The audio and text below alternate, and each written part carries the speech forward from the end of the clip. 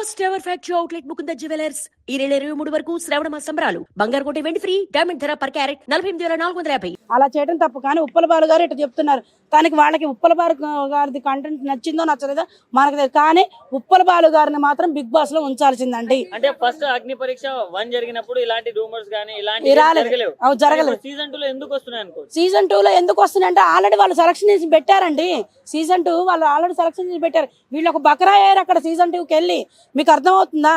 Season 2కి వాళ్ళు వెళ్ళి బకరా అయ్యారు. మీకు అది అర్థం కాదు. ఉప్పలబాలు అన్నది 100కి 100% నిజమే. అది నిజమేనండి.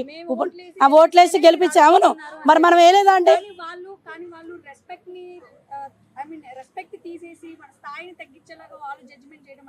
ఇప్పుడు వాళ్ళు ఆ స్థాయిలో కూర్చున్నారు చైర్లో జడ్జిమెంట్ గా.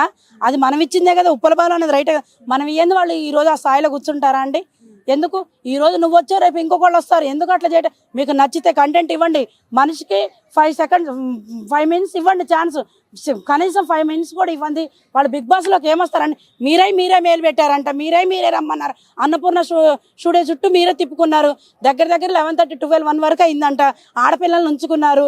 ఏదో కమిట్మెంట్స్ అన్నారంట. ఇవన్నీ నాకు తెలియదు. పెడుతున్నారు కదా, అందరు పెడుతున్నారు. మా మమ్మీ మీరు కాదు, మా మమ్మీని కమిట్మెంట్ అడిగారండి, ఇట్లా అంటున్నారంటే ఇవన్నీ రాంగ్ కదండి. మీ మధ్యలో ఏం జరుగుతుందో తెలియదు, మా మధ్యలో ఏం జరుగుతుందో. కానీ అలా అడగడం, వాళ్ళు ఎంత బాధపడి ఉంటే మీరు అడిగింది కూడా పర్సనల్ కూడా బయట చెప్పారంటే మీరు అంతగా ఎందుకు మాట్లాడారు? మీకు ఇష్టం ఉంటే టాలెంట్ ఉందంటే పిలవండి బిగ్ బాస్కి. లేదా మెయిల్ పంపించకండి. పంపించి అవమానం చెయ్యకండి. ఇలా చాలా మంది ఒక్కళ్ళిద్దరంటే అనుకోవచ్చు. ఇవి 70 నెంబర్స్ని పంపించి అందులో 5% అంటే 5 నెంబర్స్ 3 నెంబర్సే సెలక్షన్ చేసి ఉంటారంట. నాకు తెలిసి ఒక 7 నెంబర్స్ ఏమో. మన చేతుల్లో లేదండి. ఇండస్ట్రీ అని చాలా మంది వచ్చారు. మన చేతుల్లో లేదు అంటే ఎంత మన తెలుగు రాష్ట్రాలలో ఇండస్ట్రీ ఏమైపోతుంది చూడండి. ఒక ఆడపిల్ల వచ్చిందంటే కమిట్మెంట్ అడుగుతున్నారంటే ఎంత అండి? మనం ఏం చూడలే వాళ్ళ మధ్యలో ఏం జరుగుతుంది. కానీ వాళ్ళే కదా మా మమ్మీని కమిట్మెంట్స్ అడిగారు, మీ పాపని ఇలా ఉంచాలంటే బిగ్ బాస్కి పంపించాలంటే మీరు కమిట్మెంట్స్ ఇవ్వాలన్న అడిగిన ఎదలు ఎవరండి అసలు? ఎందుకు అడుగుతున్నారు? తప్పు కదా. మీకు ఆమె దగ్గర టాలెంట్ ఉందంటే చేయండి, లేదా రిజెక్ట్ చేయండి అంతే. మీరు రమ్మని మీకు టాలెంట్ ఉన్నా లేకుండా మీ మమ్మీకి కమిట్మెంట్ ఇవ్వాలి, వాళ్ళు కమిట్మెంట్ ఇవ్వాలంటే ఇది ఎన్ని రోజులు సాగిద్దంటీరా? ఇంత మటుకు బిగ్ బాస్లో ఎన్నడూ రాలే. ఈ సంవత్సరం వస్తుంది, ఈ 10కి వస్తుంది. నాగార్జున సార్ మీరు అందరు వినండి, చూడండి. మీరు నాగార్జున గారు మీరు వినండి. మీ స్టూడియోలోనే జరుగుతుంది ఇదంతా. అవును, ఎస్,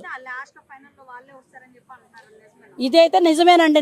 నేను ఇందాక ఆల్రెడీ ఒక ఇంటర్వ్యూలో చెప్పాను మేడం, ఇప్పుడే తీసుకున్నారు. ఒక ఇంటర్వ్యూలో చెప్పాను, ఎవరైతే సర్కిల్ ఉందో, ఎవరైతే ఇండస్ట్రీలో ఉన్నారో వాళ్ళ ద్వారాగా ఫోన్ చేసుకుని వాళ్ళనే సెలక్షన్ చేయడం జరిగింది. ఇది జెన్యూన్ గా ఎవరు సెలక్షన్ లేదు. కళ్యాణ్ పడాలకి అసలు ఏం ఫాలోవర్స్ లేరు, ఆయనకు పెద్ద బ్యాక్గ్రౌండ్ లేదు. అయినా కూడా కామన్ మ్యాన్ నుంచి విన్నర్ అయ్యారు కదా. మరి దాన్ని ఇలా చూస్తారు. విన్నర్ అయ్యా అంటే అది సక్సెస్ వచ్చిందంటే ఇప్పుడు ఈ 10 సీజన్ అట్లా లేదు కదా. ఇది 10 అట్లా లేదు కదండి. 10 అంతా మారిపోయింది. అగ్ని పరీక్షలోనే మీరు 1, 2 చూడొచ్చు ఎన్ని రూమెన్స్ వస్తున్నాయి. మరి ఇది అలా సీజన్ అలా లేదు కదా.